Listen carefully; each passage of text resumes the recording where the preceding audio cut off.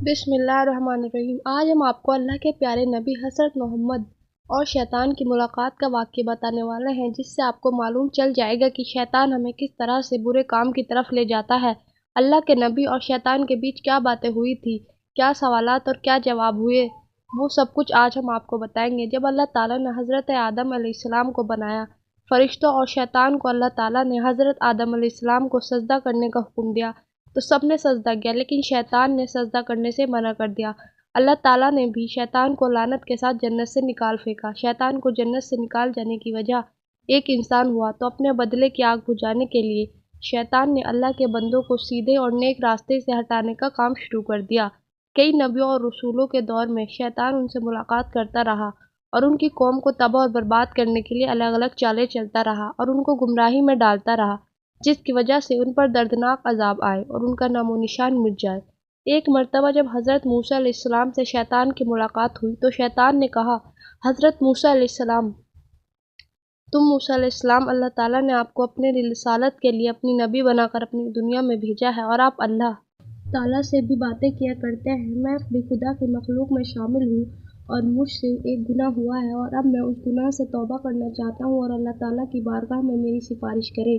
अल्लाह मेरी तौबा कबूल करे। हज़रत मूसा अलैहिस्सलाम ने अल्लाह ताला से शैतान के लिए दुआ की।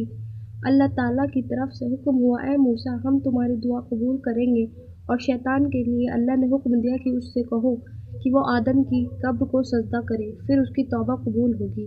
शैतान ने इनकार किया और घमंड और गुस्से से में आकर कहने लगा, जब मैंने हज़रत आदम अलैहिस्सलाम को उनकी ज़िंदगी में सजदा नहीं किया, तो आज उनकी कब्र को भी सजदा नहीं करूँगा।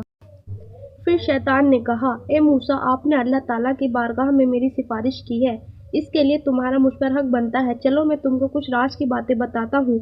तुम मुझको 3 हालत में याद किया करो। ऐसा ना हो कि मैं तुमको इन 3 वक्त में बर्बाद और तबाह कर दूँ। एक तो गुस्से के वक्त मुझे याद किया करो, क्योंकि मेरा फितना तुम्हारे दिल में है और मैं तुम्हारे रगों में, तुम्हारे पुश्त में खून की तरह दौड़ता हूँ। दूसरा, नेक काम के वक्त मुझे याद किया करो, क्योंकि मैं इंसान के पास उस वक्त जाता हूँ जब वो कोई नेक अमल कर रहा होता है और काम करने से रोकता हूँ। तीसरा, गैर औरत के पास बैठने से बचो, क्योंकि मैं उस वक्त सबसे ज़्यादा वसवसे इंसान के दिल में डालता हूँ और जब वह किसी गैर महरम के साथ होता है। हज़रत इब्ने अब्बास रज़ी अल्लाह ताला अन्हु फरमाते हैं, हज़रत मोहम्मद मस्जिद से बाहर निकले तो वहाँ शैतान खड़ा हुआ था।